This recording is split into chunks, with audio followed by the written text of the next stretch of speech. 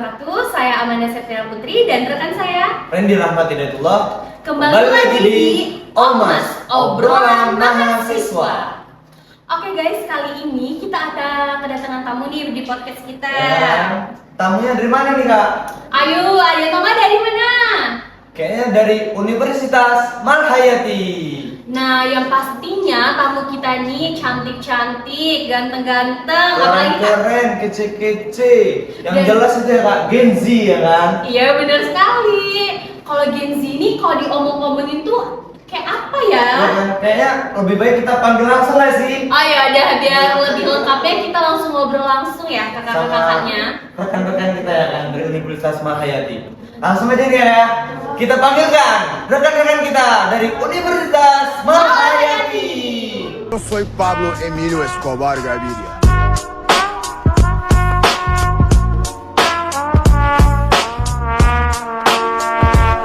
Plata o plomo.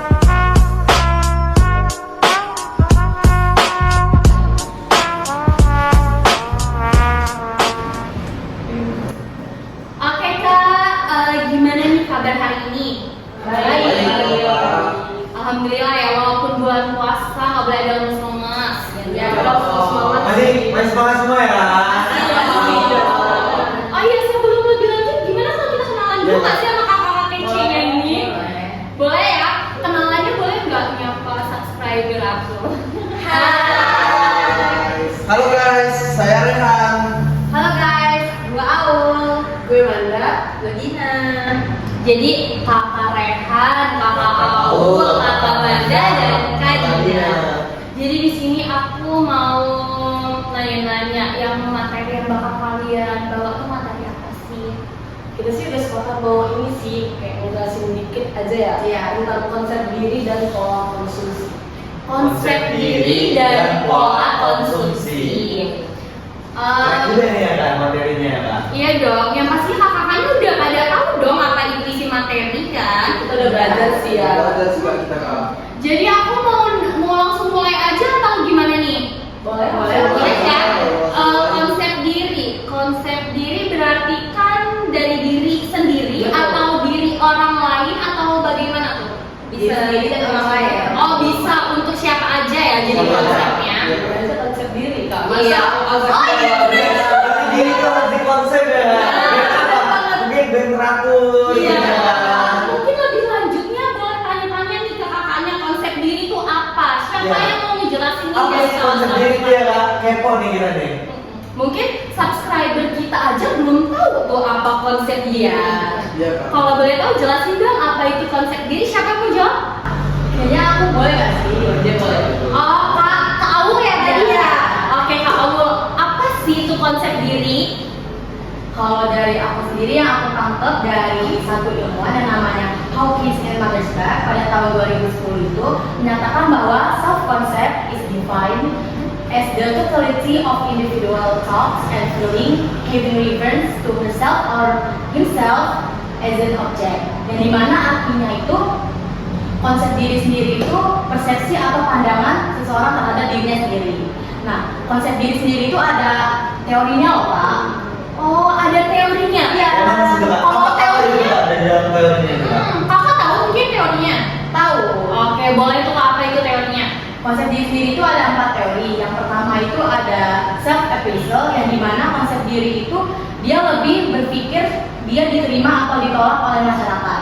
Nah yang kedua itu ada reflected appraisal di mana konsep diri itu bakal terbangun jika dia dapat appreciated atau penghargaan dari seseorang. Nah yang ketiga itu ada social comparison. Kalau yang pertama tadi self appraisal itu tuh dia lebih mengutamakan dia tuh diterima atau ditolak dari masyarakat kan. Nah kalau social comparison ini dia lebih menekankan konsep diri seseorang, dia udah memandang dirinya tuh bagaimana berkaitan dengan orang lain.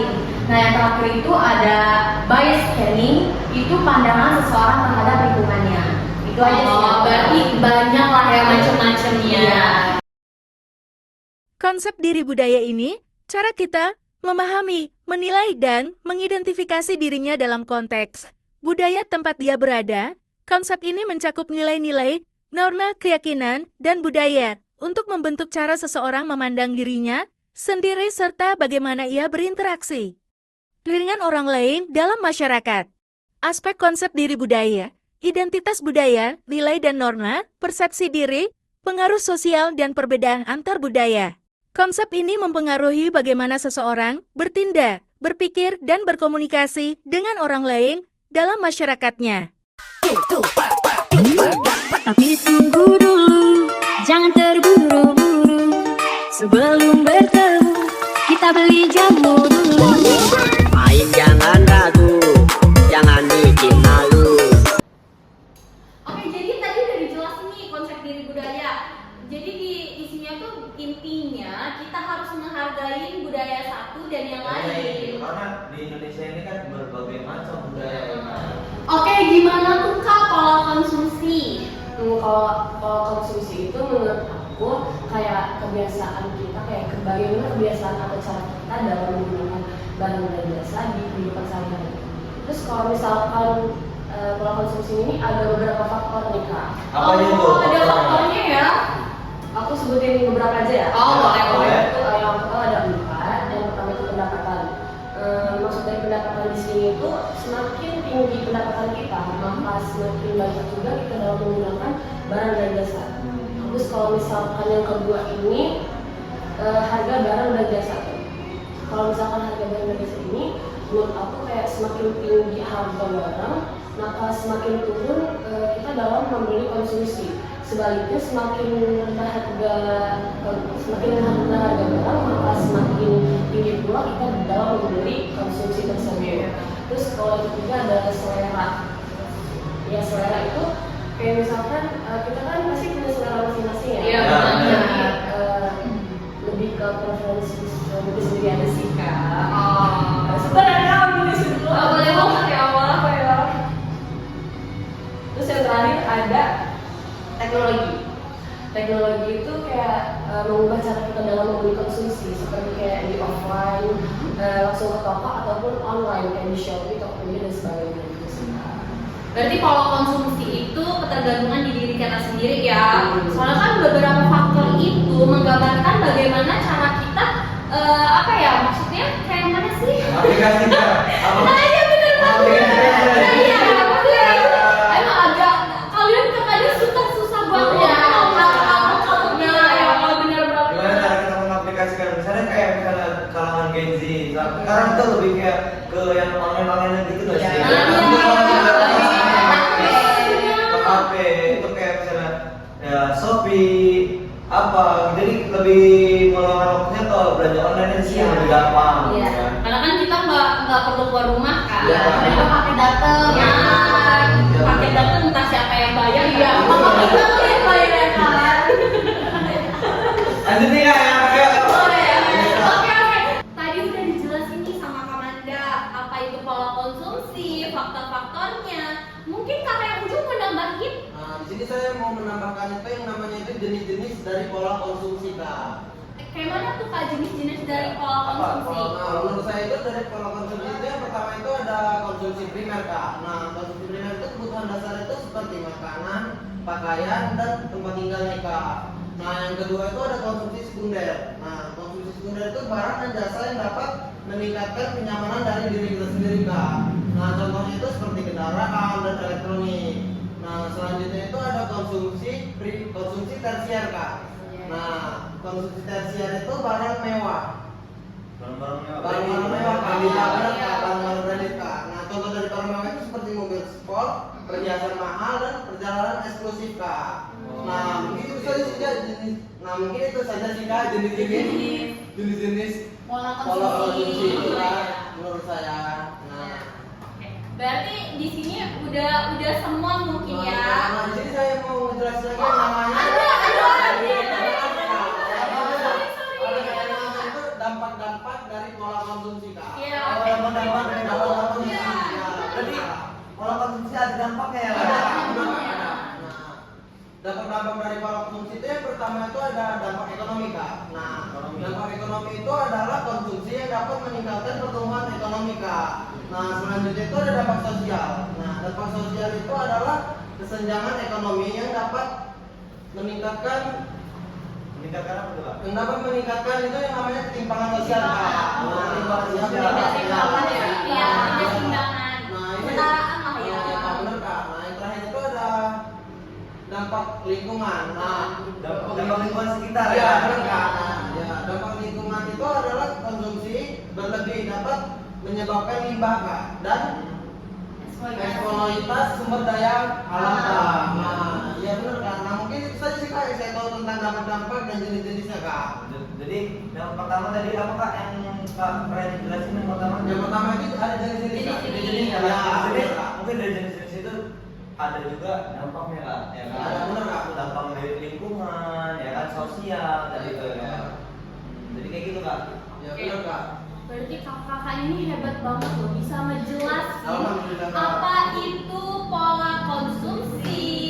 Terus itu tadi yang kalau materi apa itu konsep diri. Mungkin subscriber kita yang tadinya nggak tahu dan pada akhirnya jadi tahu, tepuk tangan dong. Ya pun dia apa ini ya kan, yang tadi ada sama yang cantik-cantiknya ya. Ternyata pinter gitu kan. Iya dong. Dari informasi ya, Kak. Iya juga Dari Hayati. Hayati. Oke, dari semua materinya bagus-bagus banget nih ya, lengkap. Itu dapat dari mana sih, Kak, materi-materinya? Kebetulan kita ini sih Kak, ngambil konsentrasi marketing. Marketing. Konsentrasinya marketing ya.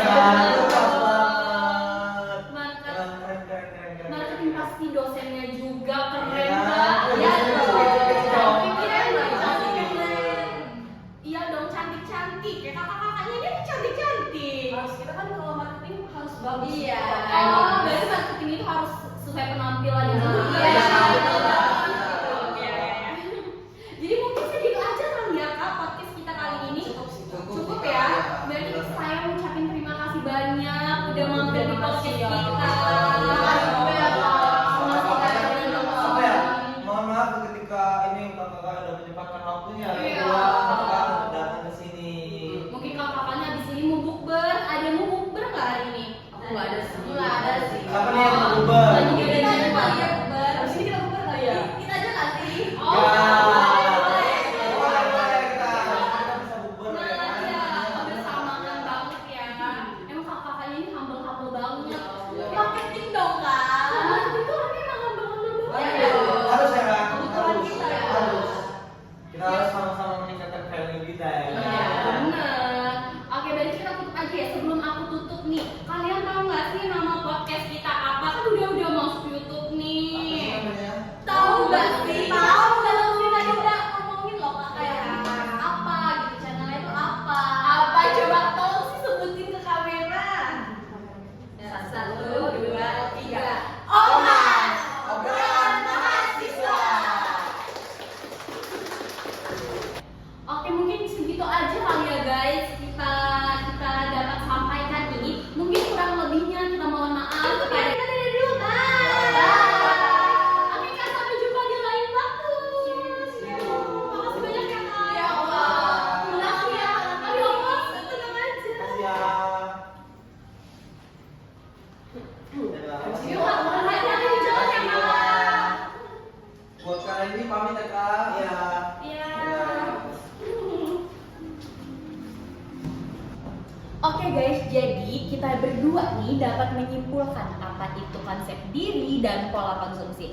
Mungkin dari Karendia dulu nih, apa itu konsep diri? Mungkin yang dapat kita simpulkan, yang dapat kita tarik dari obrolan tadi, konsep diri itu konsep diri itu menurut kita ya, konsep diri itu pandangan dari pribadinya masing-masing, Kak, tentang tentang kemampuan karakter kita, sifat kita, perasaan kita, dan penampilan kita nih, Kak. Nah, di situ. Nah, konsep diri juga ini sangat berpengaruh, Kak. Misalnya konsep diri ini keliru, itu sangat berpengaruh tentang kesuksesan kita gitu. Untuk mencapai goal itu susah gitu kalau kita memilih konsep diri yang keliru. Nah, mungkin itu tadi, remaja itu sangat berpengaruh pada teman-temannya. Bagaimana dia bergaul pada teman-temannya. Itu mungkin kita dapat memilih apakah benar atau salah nih teman-teman kita gitu. Nah mungkin cukup sekian Kak, maksudnya cukup itu aja kesimpulan yang dapat saya ambil Dari konsep dari diri. konsep yang diri itu tadi. Nah mungkin Kamanda nih ada tambahan nggak? Kalau aku ada tambahan nih Kak ya. Kalau aku tentang pola konsumsi nih, pola konsumsi itu sesuai dengan kebutuhan kita, prioritas kita. Jadi di pola konsumsi juga ada kebutuhan pokok seperti makanan, pendidikan, dan kesehatan menjadi prioritas utama. Tentang bagaimana kita memprioritaskan gitu loh Kak. Iya benar-benar. Ngerti kan? Iya. Dan yang terakhir itu ada perilaku konsumtif, yaitu remaja yang dipengaruhi oleh beberapa faktor seperti konsep diri, harga diri, dan kepribadian.